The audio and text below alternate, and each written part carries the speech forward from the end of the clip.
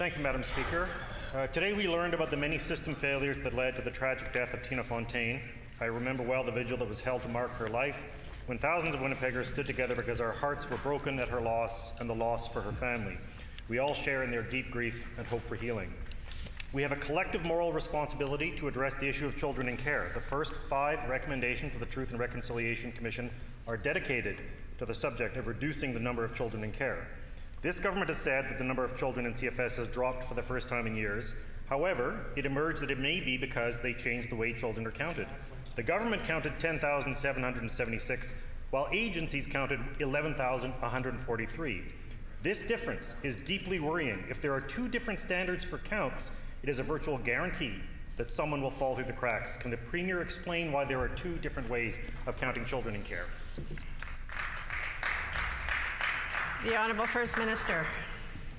The priorities that were addressed today, Madam Speaker, are not just priorities of the Children's Advocate. They are priorities of the Leader of the Opposition and his caucus. They are priorities of this government and our members, and I hope that they are the priorities of the Liberal Party in Manitoba as well.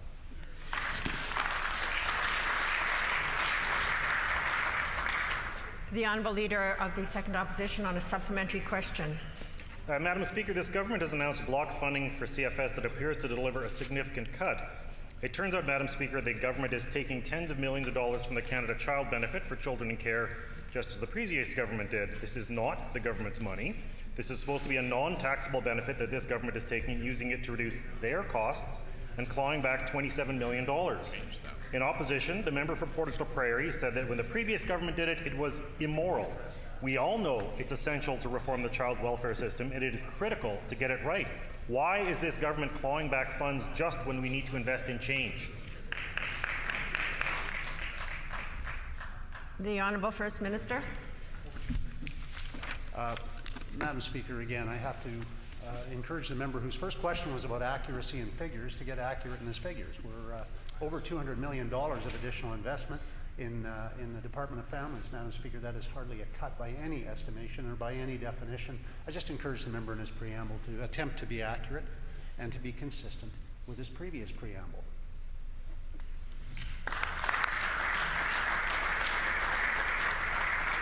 The Honourable Leader of the Second Opposition on a final supplementary. Thank you, Madam Speaker. It's worth noting that the state of mental health care in this province is so poor, especially for children, that parents may have to voluntarily place their children in the care of CFS. Sometimes this is unpaid care, so that children may still be living with their parents. Even in these cases, this PC government is taking their Canada Child Benefit. Madam Speaker, families with children with serious mental health crises and special needs are forced to give up their Canada Child Care Benefit payment for treatment. This is preying on some of the most vulnerable families and children in the province. Is this government going to stop the practice of pocketing the Canada Child Benefit, especially for children in unpaid care? The Honourable First Minister. Madam Speaker, we have been proactive in working very effectively, I believe, with the federal government on a number of issues related to the topic the member has raised in terms of things like housing, child protection. But Madam Speaker, I have to say that federal governments, not just the current Liberal government, but others as well that preceded it, have been, I think, lacking in their willingness to support communities on the important issues that this report today does address. And I think that we need to work together to encourage better partnerships and fuller financial support and participation by the federal government in this area of joint responsibility. The Jordan Principle can be abided by, Madam Speaker, but it will continually be put onto provincial governments when a federal government is not addressing fully its responsibilities. That is what we need in this country. We need a federal government that addresses its constitutional responsibilities in respect of First Nations people on reserves, and it is not doing that now, nor has it throughout our history as a country, Madam Speaker.